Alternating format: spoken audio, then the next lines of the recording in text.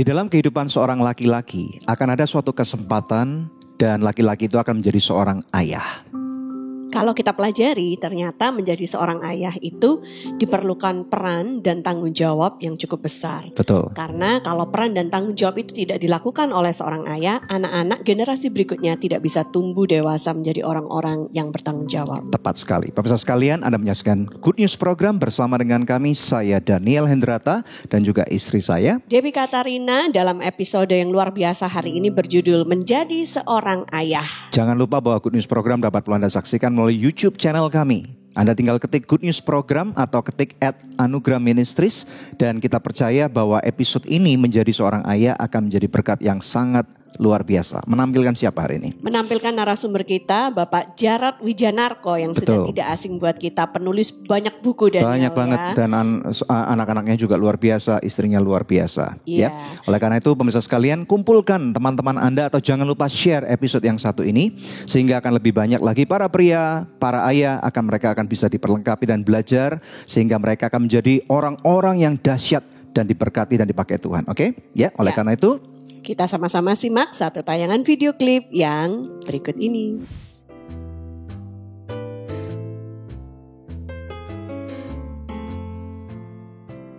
Menjadi seorang ayah bukanlah sekedar status atau sesuatu yang terjadi begitu saja. Menjadi seorang ayah adalah tanggung jawab besar yang menentukan masa depan generasi berikutnya.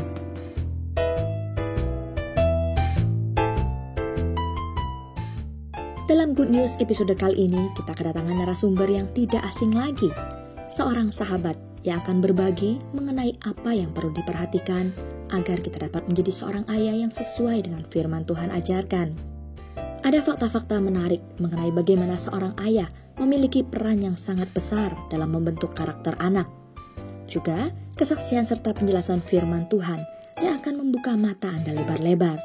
Jangan beranjak kemana-mana. Saksikan perbincangan selengkapnya hanya di Good News Program.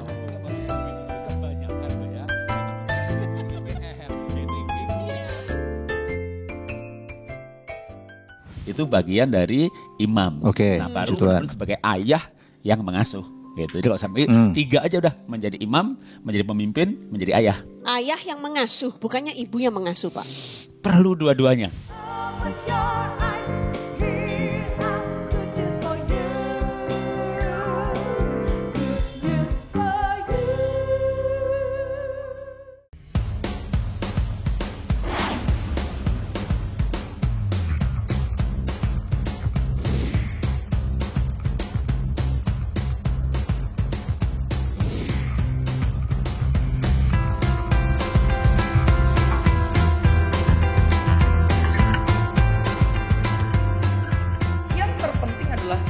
Saudara, dibangkitkan dulu, kita dimanunggalkan bersama dengan Tuhan, supaya dari roh itu akan ada kekuatan masuk kepada manusia jiwa saudara, dan kemudian tubuh saudara akan mengalami pembaharuan. Saudara, ini bicara bahwa engkau akan punya pengaruh dalam kehidupan orang lain, menjadi trendsetter, memproduksi sesuatu yang diperlukan oleh banyak orang, mewarnai dunia dengan ide-ide atau penemuan-penemuan yang cemerlang.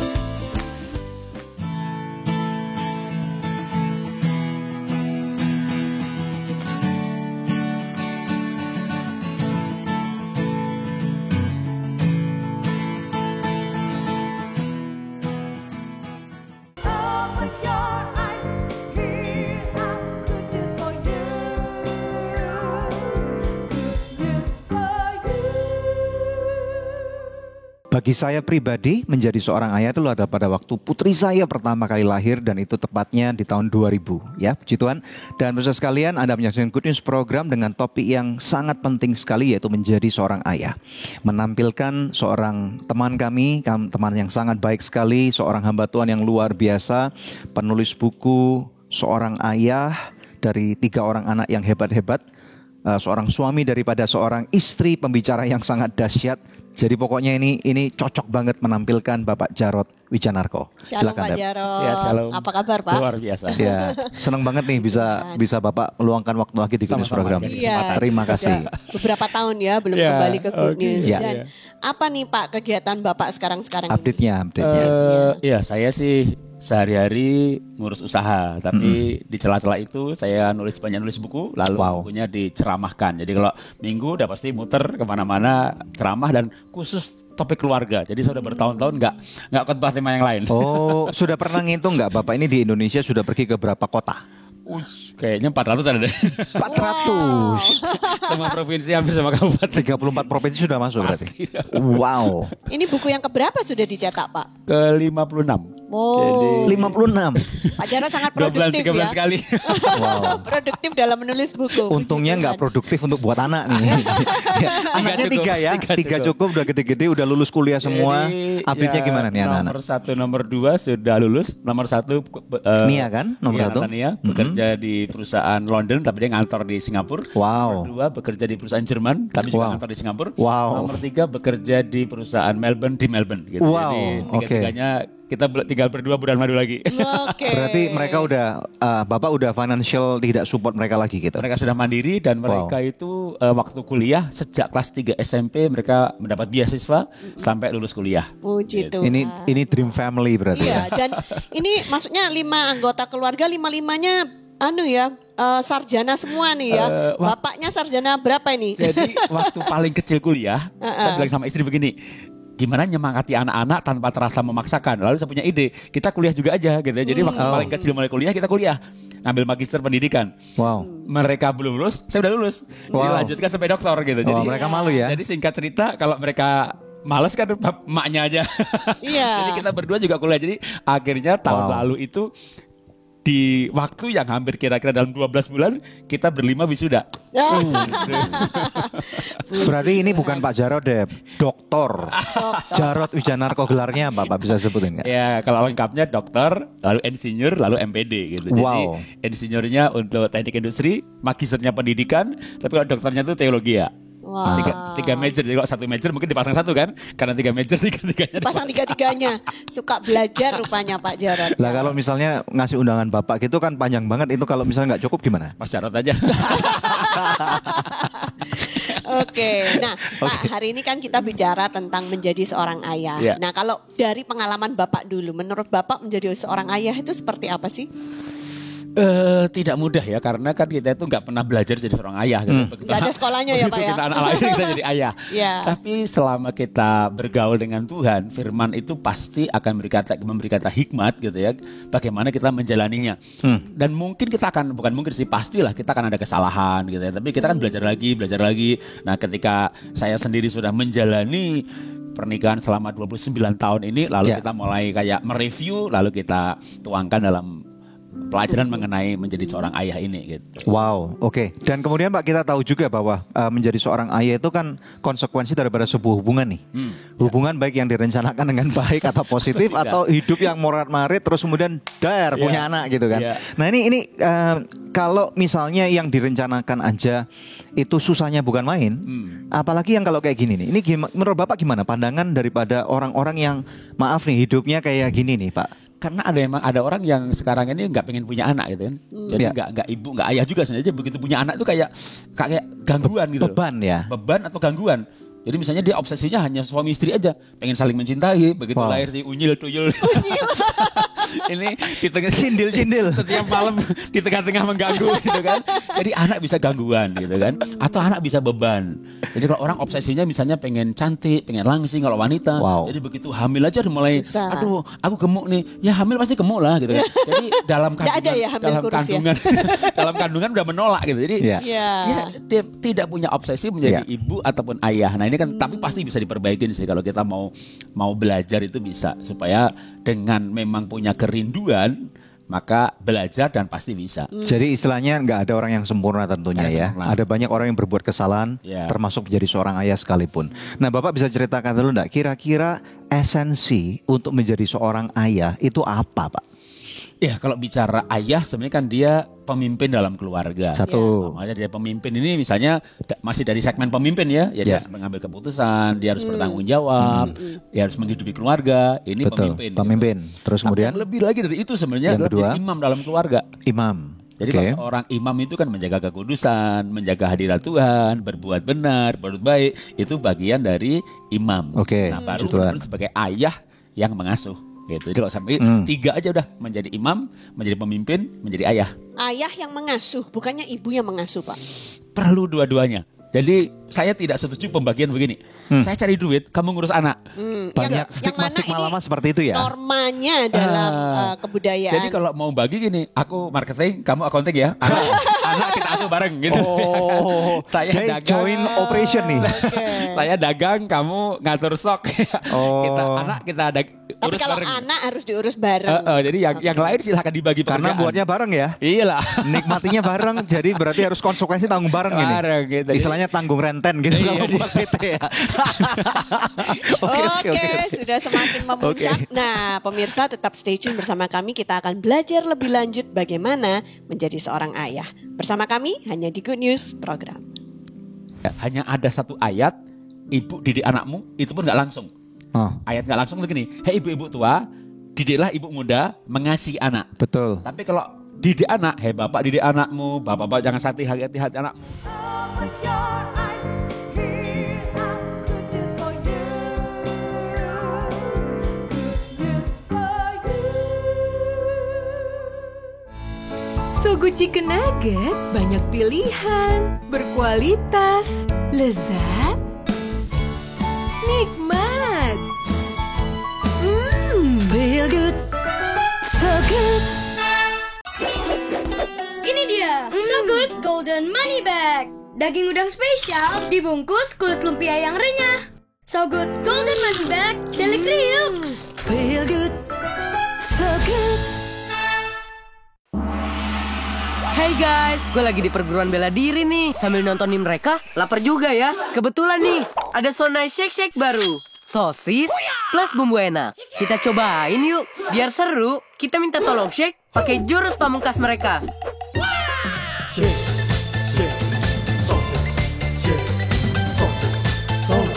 Serunya makan Sonai Shake Shake kan main rasanya. Tunjukin ide serumu, nge-shake Sonai Shake Shake. Open your eyes, here are good news for you.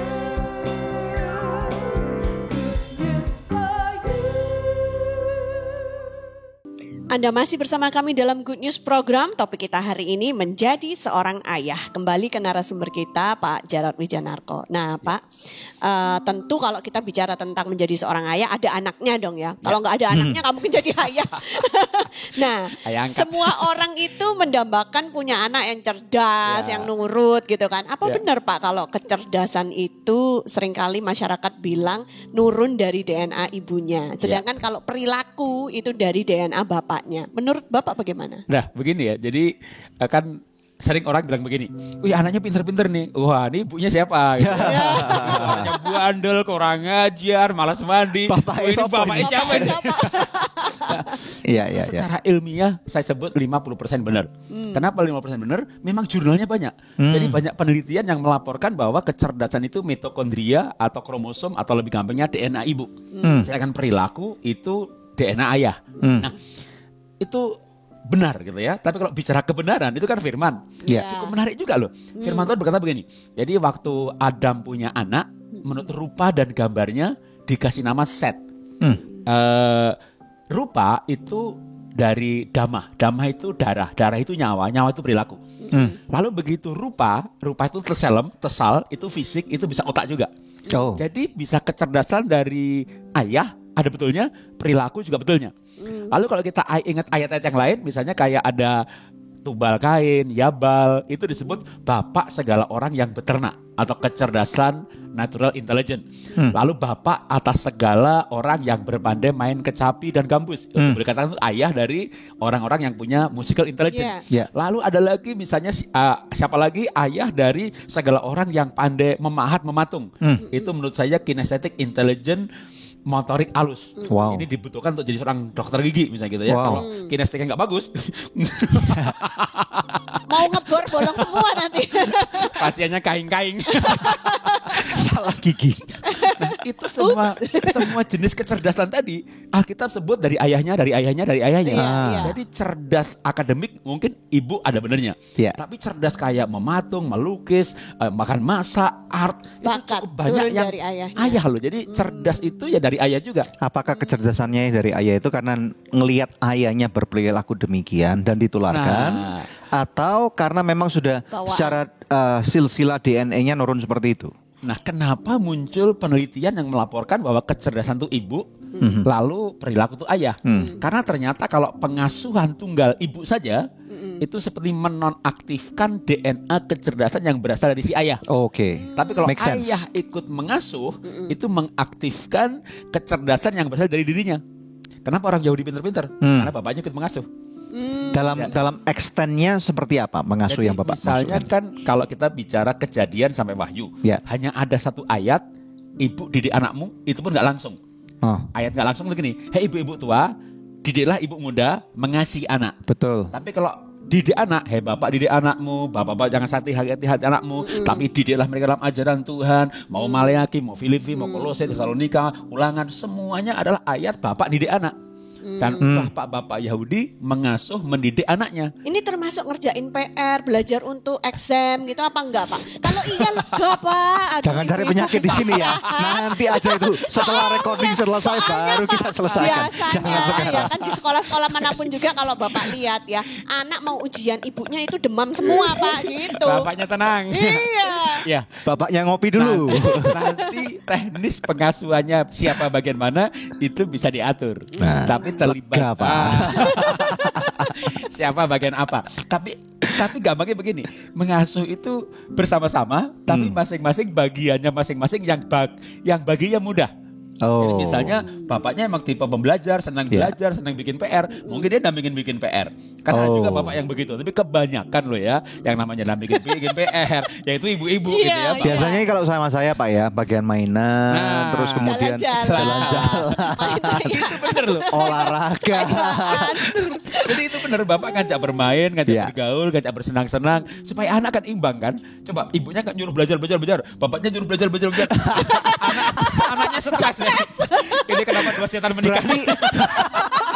Berarti sudah benar ini ya. Berarti kita nggak perlu selesaikan setelah recording nanti. Jadi bagiannya masing-masing. Tapi memang justru itulah yang dibutuhkan.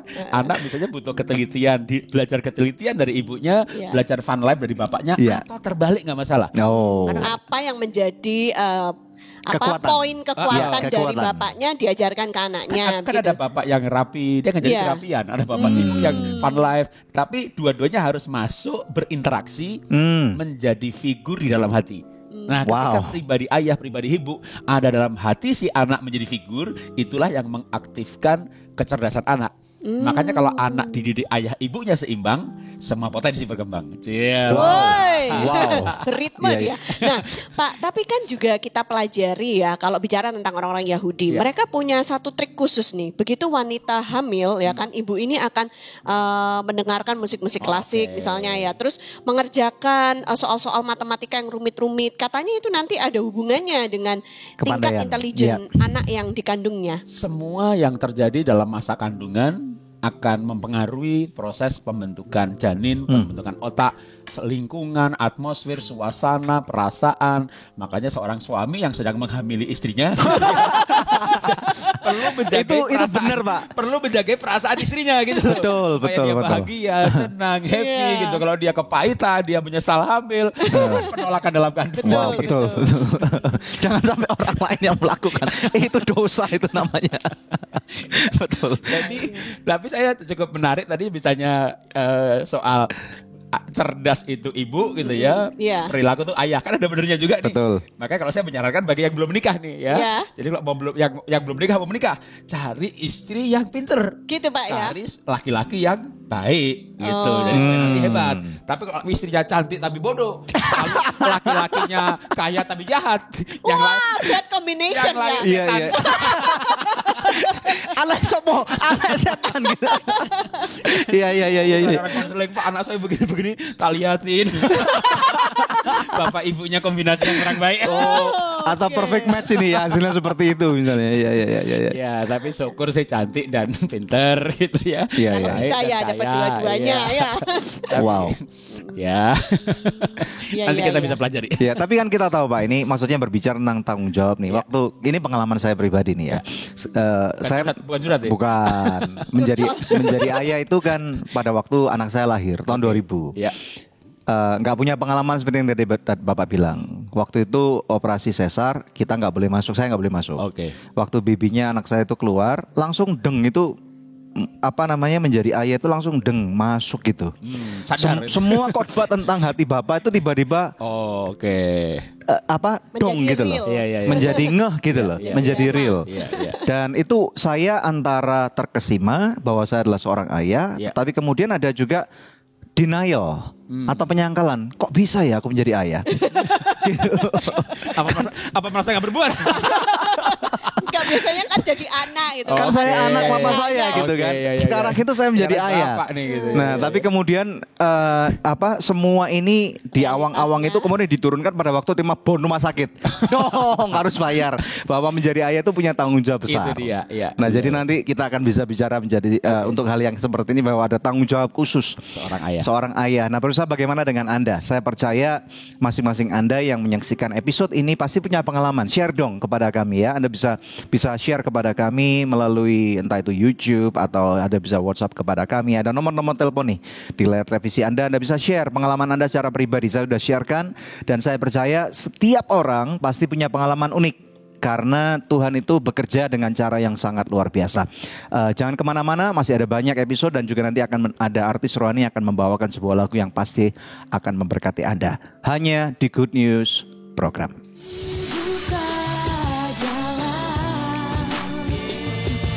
Janganlah kau takut dan jangan kau ragu, percayalah kepadanya.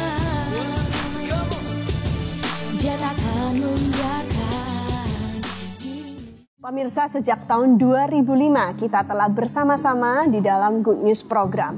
Terima kasih untuk kesetiaan dari pemirsa setia Good News Program, khususnya buat partner dari Anugerah Ministries. Bila ada di antara pemirsa yang belum menjadi partner Anugerah Ministries, izinkan saya mengetuk hati Anda. Mari sama-sama kita dukung Anugerah Ministries supaya bisa lebih banyak lagi pekerjaan Tuhan yang kita lakukan bersama-sama. Anda bisa menghubungi kami di nomor telepon yang tertera di layar kaca pemirsa atau memberikan taburan di nomor rekening yang tertera. Pemirsa, kami percaya taburan Anda berada di ladang yang subur dan akan membuahkan banyak hasil bagi pekerjaan Tuhan. Tuhan Yesus memberkati.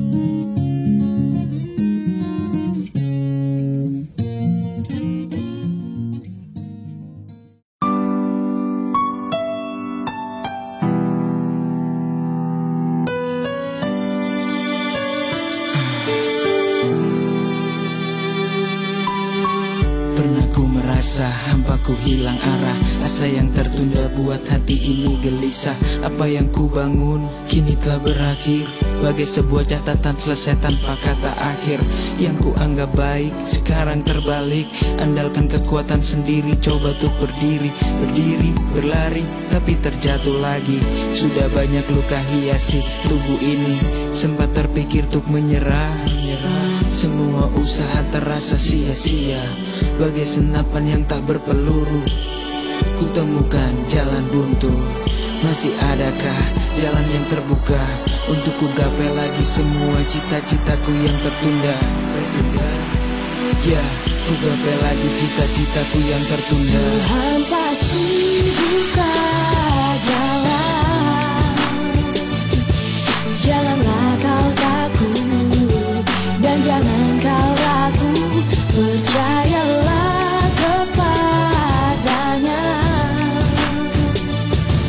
Dia takkan membiarkan dirimu jatuh tergeletak. Aku jadi pemenang, kamu jadi pemenang. Semua orang percaya lebih dari pemenang. Bukan hanya omongan, ini janji Tuhan. Bertekun dalam iman, penuh pengharapan. Kau buka setiap pintu yang kami ketuk. Kau angkat tangan kami agar tak terpuruk. Yeah, that's my Lord.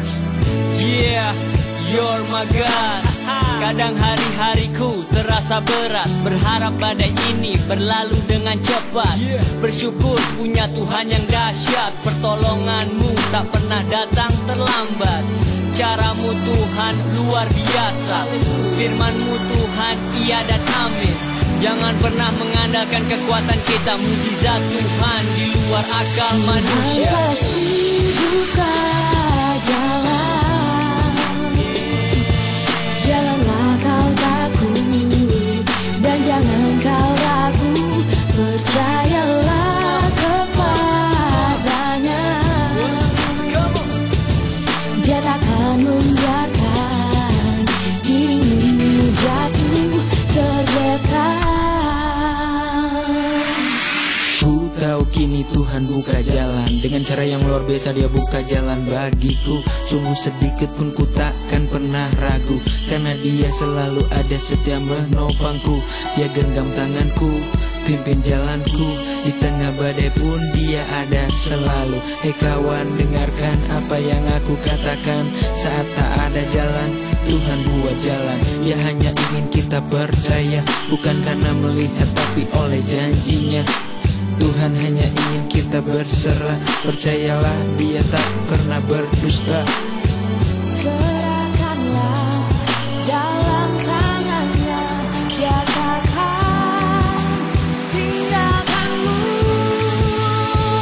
Tuhan pasti buka jalan, janganlah kau takut dan jangan kau ragu, percayalah kepadanya.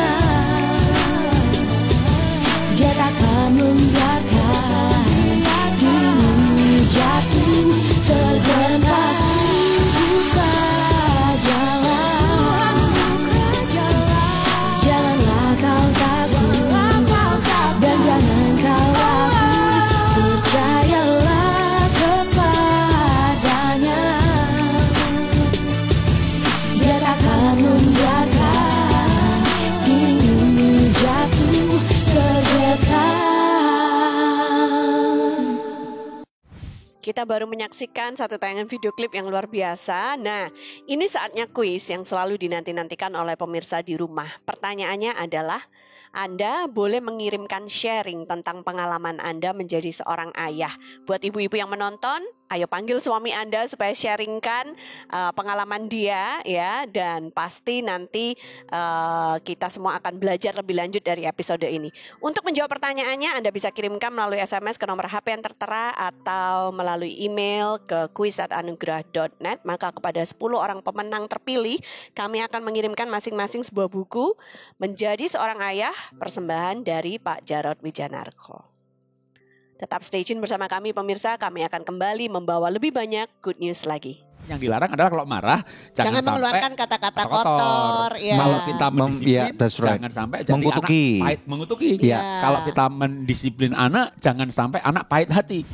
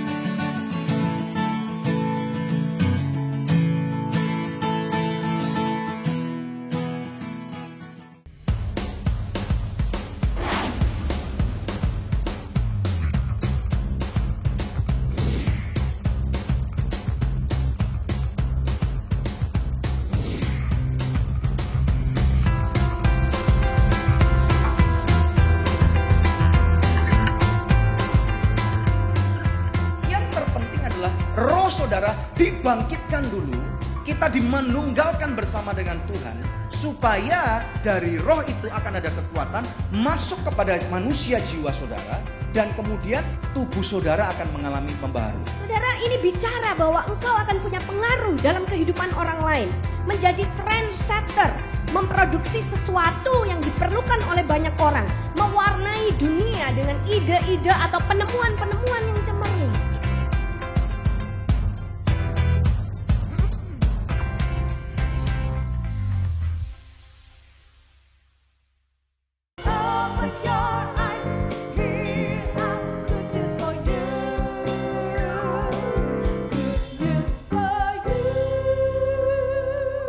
Masih bersama kami dalam Good News Program, kita akan lanjut bincang-bincang kita tentang menjadi seorang ayah. Nah, Pak Jarot, tentunya nggak bisa dipungkirin di dunia ini ada contoh-contoh ayah yang baik. Tapi banyak juga contoh-contoh ayah yang buruk gitu kan ya. Nah, ini kalau menurut Pak Jarot gimana sih? Kenapa seorang ayah itu bisa disebut baik atau buruk? Tergantung dari apa? Yang pasti dari perilaku sebenarnya ya. Karena kalau misalnya pinter atau hebat kan gak semuanya bisa. Gak semua jadi ayah yang hebat, ayah yang pinter, ayah yang kaya. Tapi semua orang pasti bisa jadi ayah yang baik kalau dia mau. Karena baik itu kan hati. Hati kan di tangan kita. Gitu kan? Ya, keputusan ya. Ya, jadi kalau kita mau jadi ayah yang baik, lalu kita belajar berperilaku baik. Karena perilaku ayah akan diwariskan kepada anak. Misalnya kalau di Alkitab ada lagi tuh, misalnya kayak Yoas, hidup takut akan Tuhan persis seperti ayahnya. Lalu Yosia hidup tepat seperti ayahnya. Amasya hidup takut akan Tuhan tepat seperti ayahnya. Jadi tepat seperti ayahnya. Itu karena semuanya, ayahnya ikut mendidik anak-anaknya gitu atau ya. termasuk ada beberapa raja-raja Israel yang jahat sekali seperti ayahnya. Iya juga benar. Ada Manase, anak dari Ahab misalnya. Itu anaknya juga begitu. Itu diceritakan kan ayah anak gitu, bukan ibu jahat lalu anak. Jadi memang perilaku itu ayah gitu kuat sekali. Seperti Ishak juga nggak ngakui istri sebagai istri. Lah bapaknya begitu juga. Role modelnya ya. Jadi karena papanya ini suka nggak suka menjadi role modelnya ya. Mungkin bukan lihat contoh ya, tapi DNA. Kan begini, Ishak berkata bahwa istri bukan istrinya, Kejadian pasal 26. Ishak lahir Kejadian pasal 22. Abraham melakukan hal yang sama, pasal 21. Ishak belum lahir. Jadi mungkin Ishak nggak melihat bapaknya melakukan, tapi itu disalurkan lewat DNA. Contoh lain adalah kupu-kupu. Kupu-kupu punya telur, lahir menjadi caterpillar. Ulat. Ulat bertambah besar, jadi kepompong, kupu-kupunya udah mati. Jadi begitu kepompong keluar jadi kupu-kupu, gak pernah ketemu ayah ibunya. Siapa yang ngajari terbang, cari makan. Ternyata anak kupu-kupu akan terbang rute bapaknya. Padahal bapaknya gak ngajarin, gak pernah ketemu. Jadi ada insting bawaan ya. Makanya hati-hati tuh, bapak gak bilang sama si anak kan, malam kemana, kelayapan kemana. Anaknya ngikutin tuh. Karena yang diceritain yang baik-baik doang, tapi ternyata ada DNA yang terekam dan itu dipas on gitu ya. Diceritakan pun bisa terekam lewat DNA. Tapi kalau kita berperilaku yang baik, itu pun diwariskan. Maka kita perlu jadi ayah yang baik supaya kita membangun generasi baru. Jadi ayah yang baik memberikan warisan yang baik, bukan cuma bicara materi, tapi juga perilaku yang diturunkan ya Pak. Nah, tapi juga ada beberapa contoh ayah yang buruk di Alkitab. Bapak bisa banyak sekali tuh. sebutkan supaya kita bisa belajar gitu Pak. Jangan menjadi yang seperti ini. Misalnya si Raja Saul dulu ya. Jadi waktu Jonathan bercerita bahwa dia punya sahabat Daud dan dia sayang Daud, itu Saul lempar Jonathan anaknya dengan tombak sambil berkata begini loh, anak perempuan sundal, itu kan kata-kata kotor. Itu nyumpahin anaknya sendiri. Anaknya. Padahal ayah itu punya otoritas atas anaknya. Kalau kita langsung bandingkan dengan ayah yang baik, misalnya Yakub. Yakub ditulis di Alkitab begini, ketika dia udah sadar mau mati, lalu dia kumpulkan kekuatannya, dia panggil anak cucunya, diberkati satu-satu. Selesai memberkati, dikatakan lalu ia menarik kakinya masuk selimut, mati. Udah kekuatan terakhir untuk memberkati. Lalu kita belajar sejarah bangsa-bangsa, Yehuda segala macam, persis kata-kata berkat ayahnya. Jadi ayah punya otoritas. Kenapa? Balik lagi ke statusnya sebagai imam, sebagai kepala keluarga, sebagai wakil Tuhan. Maka dia punya otoritas. Maka kita perlu jadi ayah yang baik, yaitu ayah yang mengucapkan kata-kata berkat. Ayah yang tidak baik lagi, misalnya selain Raja Saul, Daud juga dia hamba Tuhan yang hebat, pemuji yang hebat, raja yang hebat, tapi dia bukan ayah yang baik. Adonia memberontak, Absalom memberontak. Dan kenapa memberontak? Raja-Raja pasal 1 ayat ke-5, seumur hidup Adonia belum pernah Daud menegur dia. Jadi pembiaran. Ya, parenting pembiaran. Ya. Atau apa yang terjadi pada anak perempuannya yang diperkosa oleh kakak oleh Amnon ya. Dan dia gak tegur si Amnon. Lalu sampai akhirnya Amnon dibunuh oleh Absalom. Itu dia ayah yang tidak mendisiplin anak. Jadi rumahnya banyak dong, Pak. Maksudnya ini pasti terjadi juga pada zaman sekarang di Jakarta, kota-kota besar. Ada orang-orang pebisnis tangguh hebat, dokter-dokter hebat, tapi anaknya, nah mereka hebat di depan orang, tetapi di rumah tangga hancur bisa juga berarti. Tidak mendidik anak. Ya. Mungkin satu lagi misalnya Nabi Samuel, Pak. Imam Eli, Samuel juga. Imam Eli punya anak kan ngambil persembahan, ya kan? Hofni dan Pinehas. Ibu-ibu yang datang ke kemah pertemuan diajak bersetubuh, orang mau doa malah diajak berzina. Wow. Nah, lalu Tuhan menegur Imam Eli. Lalu setelah Imam Eli ditegur, ternyata Imam Eli hanya dalam tanda petik menegur atau mendoakan anaknya. Bukan berarti mendoakan tidak penting gitu ya, tapi kesalahan berikutnya apa? Kesalahan berikutnya bisa kita lihat dari perkataan Tuhan kepada Samuel tentang Imam Eli. Jadi pertama kali Tuhan tegur langsung Imam Eli. Iya. Tapi setelah itu Tuhan bilang sama Samuel, Imam Eli ini saya mau hukum keluarganya. Sebab ketika saya beritahukan bahwa anaknya berbuat jahat, dia tidak memarahinya. Mendisiplinkan dalam arti. Berarti memang Tuhan itu meminta seorang ayah mendisiplin anaknya. Harus boleh marah gitu. Bahkan kesalahan Imam Eli adalah tidak marah kepada anak. Jadi kan muncul di pengajaran mendidik anak tanpa marah, mendidik anak tanpa mendisiplin. Itu psikologis tapi tidak firman Tuhan. Firman Tuhan katakan mendidik anak harus marah, harus mendisiplin. I see. Tapi marah dengan benar, mendisiplin dengan benar. Wow. Alkitab tidak melarang kita marah. Yang dilarang adalah kalau marah jangan mengeluarkan kata-kata kotor. Kalau kita mendisiplin jangan sampai jadi mengutuki. Anak pahit mengutuki. Kalau kita mendisiplin anak jangan sampai anak pahit hati. Kemudian dihajar sampai istilahnya bapak belur misalnya gitu. Iya. Seninya supaya anak nggak pahit hati jangan dimarahi, jangan didisiplin. Ilmunya kegampangan. Gimana mendisiplin dan marah tanpa membuat sakit hati. Wow. Kalau dalam kasus Bapak gimana? Misalnya. Pernah nggak? Anak-anak kan sekarang udah gede nih. Ini flashback 15-20 tahun yang lalu. Pernah. Aku pukul dia. Yang paling berat yang Bapak ingat kan pasti membekas. Aduh, gua nyesel nih. Dulu pernah melakukan ini. I wish I could do better gitu. Pernah marah. Nggak kena tapi saya hampir tempelin anak saya. Itu pernah. Anak cewek apa yang cowok? Cewek lagi. Tapi gak kena sih, hampir menempeleng gitu ya. Nah itu nyesel. Nah makanya diajarkan apa? Seorang ayah yang baik. Kalau misalnya marah atau menghukum, maka yang wajib nih membicarakannya. Itu harus. Jadi pagi ini marah, siang marah, malam dalam makan malam atau mesbah keluarga dibicarakan. Supaya anak tahu betul salahnya apa. Lalu supaya anak gak pahit hati, setelah dibicarakan kan selesai nih. Kamu salahnya ini. Harus benar-benar anak dikasih tahu salahnya, karena belum tentu anaknya tahu ya salahnya di mana. Iya, gitu kan. Atau malah jangan-jangan malah papahnya yang salah gitu. Misalnya nih, kamu tuh salahnya ya tadi mainan habis main gak diberesin gitu. Oh aku beresin, kenapa berantakan? Adik yang berantakin, bapaknya minta maaf deh. Maka gunanya membicarakan itu supaya clear semuanya. Lalu mau supaya gak ada kepahitan lagi, kalau hari ini menghukum, malam itu, misalnya kita mesbah keluarga seminggu 3 kali. Atau kalau tiap hari takut jadi beban gitu ya. Nah 3 kali itu kapan? Kalau pagi ini marah, malamnya mesbah keluarga. Supaya ketika habis dibicarakan, anak minta ampun sama Tuhan. Anak minta ampun orang tua. Orang tua mengampuni anaknya. Tetap mengatakan bahwa papa itu hukum kamu karena mengasihi kamu. Jadi itu pasti tidak akan buat anak kepahitan. Tapi ada orang tua yang menghukum bahkan dengan membiarkan anaknya mendiamkan.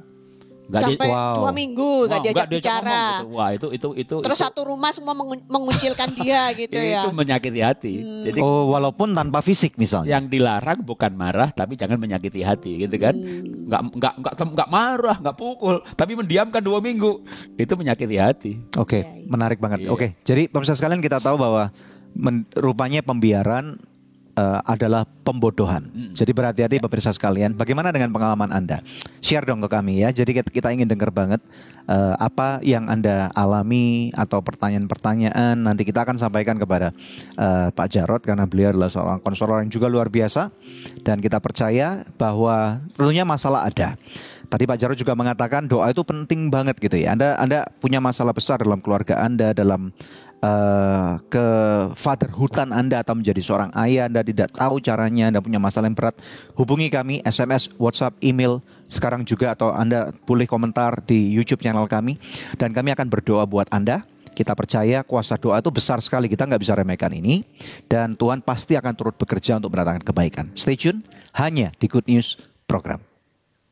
Terbaik tetap ngasuh anak itu bersama-sama. Oh. Gitu kan, saya bilang tadi ngasuh anak itu. Oh, jadi ini bareng-bareng. yang dimasukkan yang tidak diizinkan adalah satu ekstrim ke ekstrim yang lain. Iya.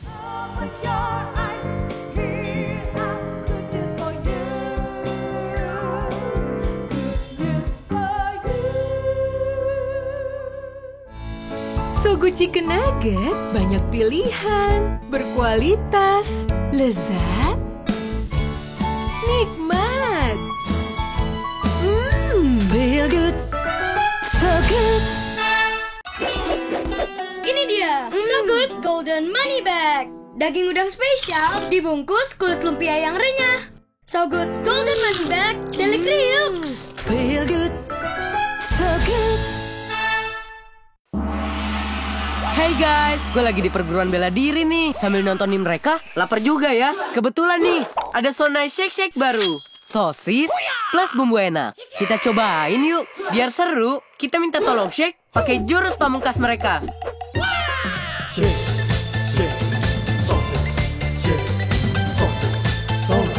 Serunya makan Sonai Shake Shake kan main rasanya. Tunjukin ide serumu, nge-shake Sonai Shake Shake.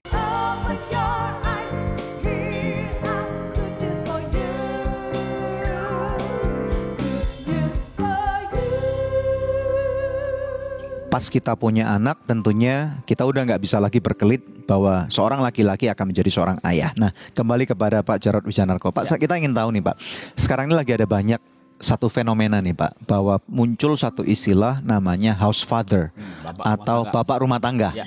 Nah, ini menurut Bapak bagaimana nih? Ya, memang sekarang ini kan industri boleh katakan berpihak pada wanita ya. Pekerjaan buat wanita banyak banget. Banyak. Lalu mulai banyak juga bapak-bapak mungkin mikir, wah kerja online di rumah dah gitu ya, sambil ngasuh anak. Betul. Kalau bagi saya sebenarnya tidak masalah asal suami istri sepakat.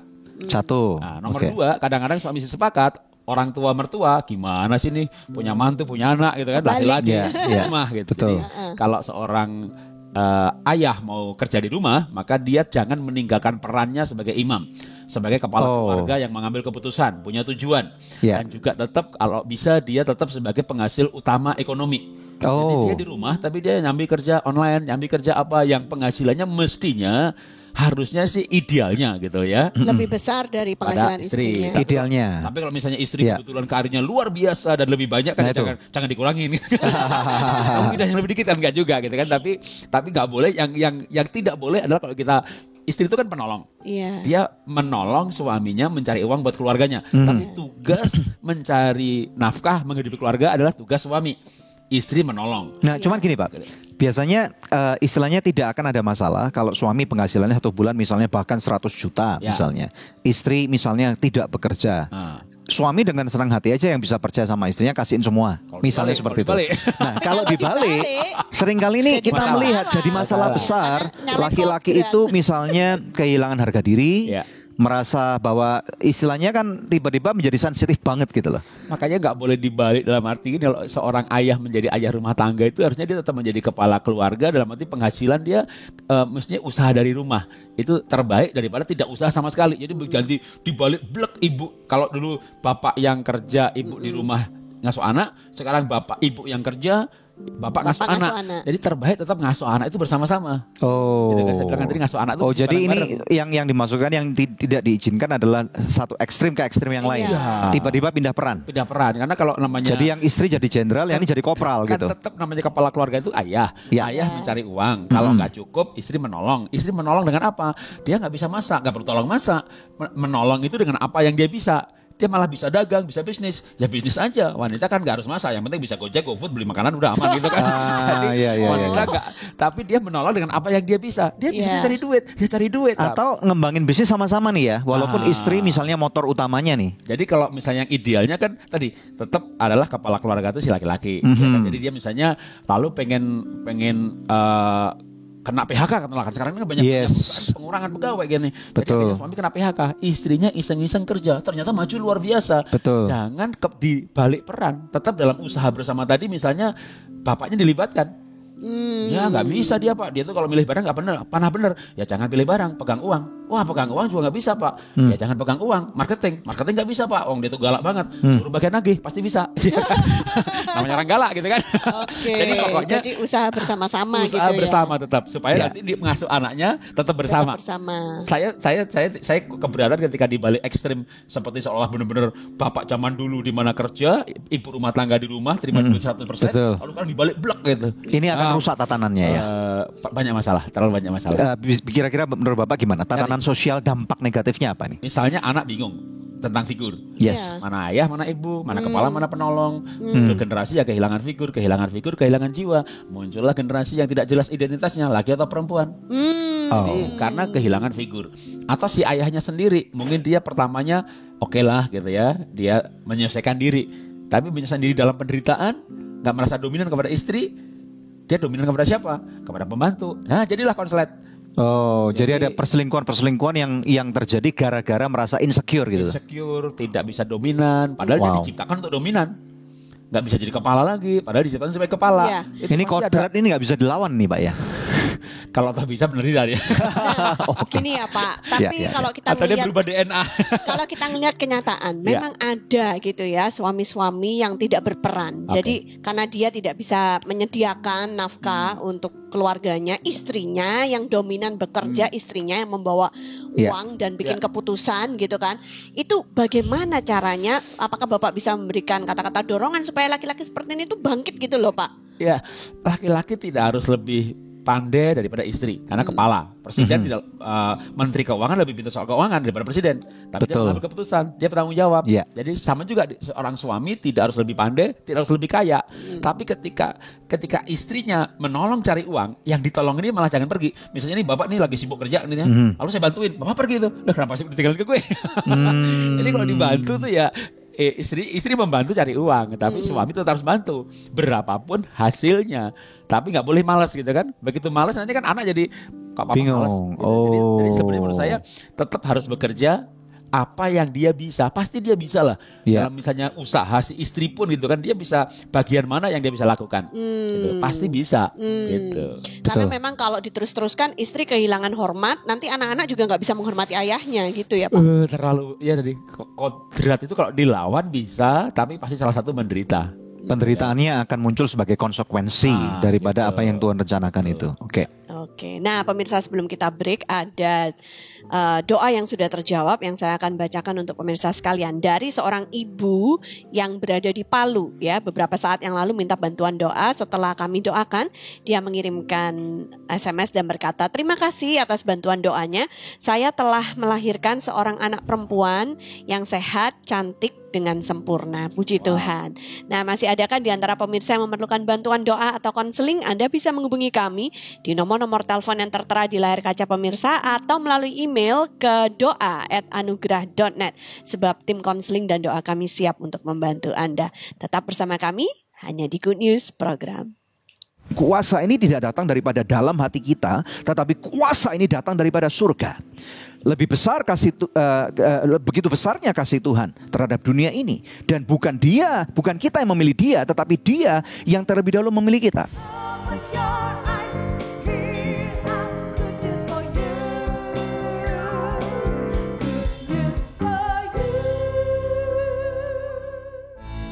Sogo Chicken Nugget banyak pilihan, berkualitas, lezat, nikmat. Feel good, so good. Ini dia, So Good Golden Money Bag. Daging udang spesial dibungkus kulit lumpia yang renyah. So Good Golden Money Bag, Delicreux. Feel good, so good. Hey guys, gue lagi di perguruan bela diri nih. Sambil nontonin mereka, lapar juga ya. Kebetulan nih, ada So Nice Shake Shake baru. Sosis plus bumbu enak. Kita cobain yuk. Biar seru, kita minta tolong shake pakai jurus pamungkas mereka.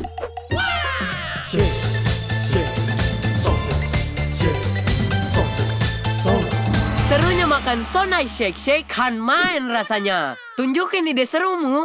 Nge-shake So Nice Shake Shake.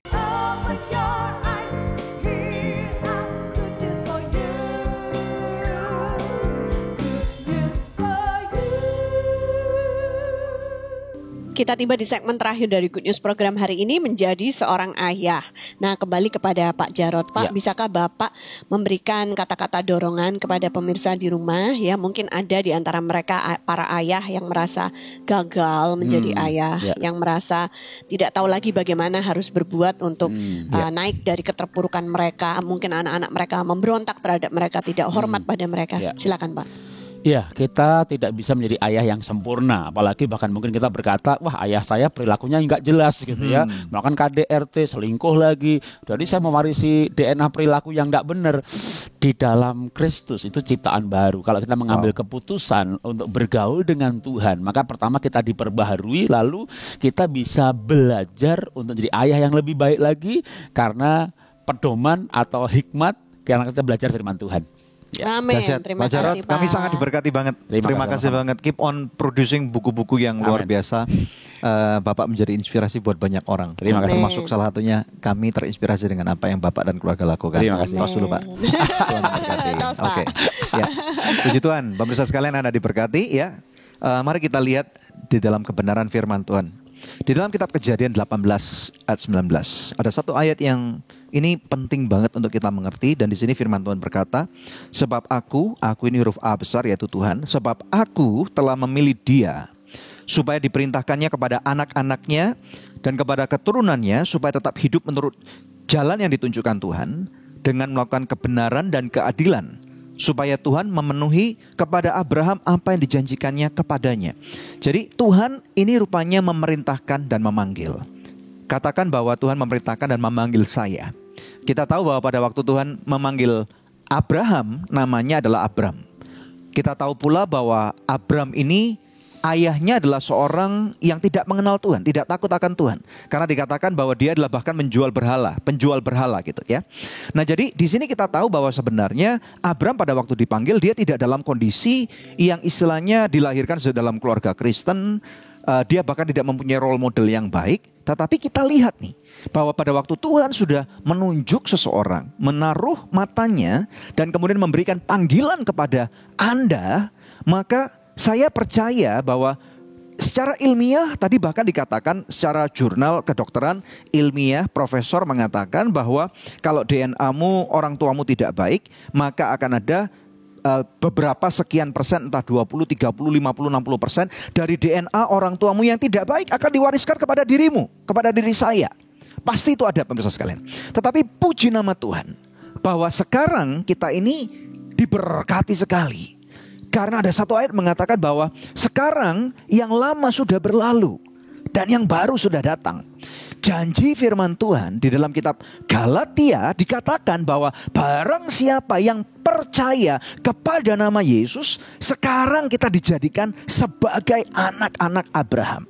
Nah, puji nama Tuhan bukan, bahwa sekarang di dalam kehidupan Abraham dapat saudara pelajari mulai daripada Kejadian 12 sampai selesai, itu hasil daripada keturunan Abraham yang bahkan dia tidak tahu betapa besar, lebar dan dalam tingginya kasihnya Tuhan kepada dia. Dia hanya mengalami sekelumit dan hanya dia melihat anak perjanjian yang cuma satu yang namanya Ishak.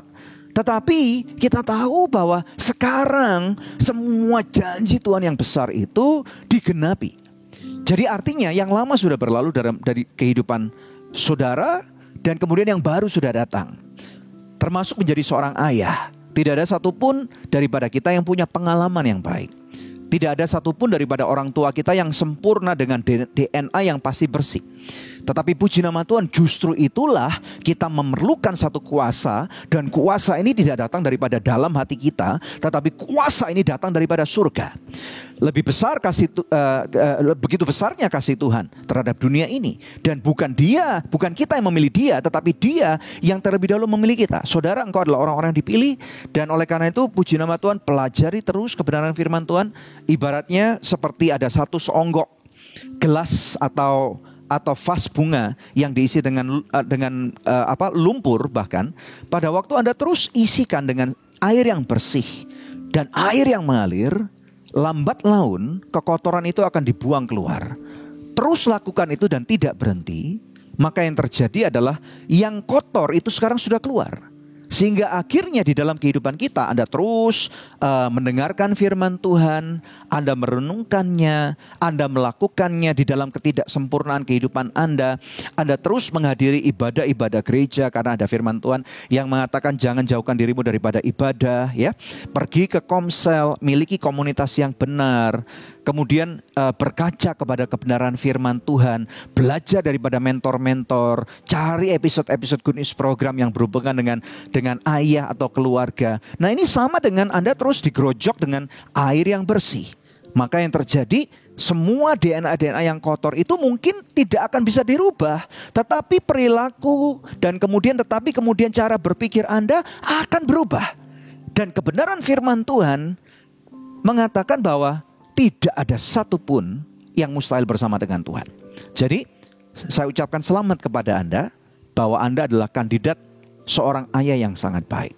Kalaupun hari ini Anda sudah berkata puji Tuhan Pak Daniel bahwa hari ini saya sudah mulai belajar, terus tingkatkan.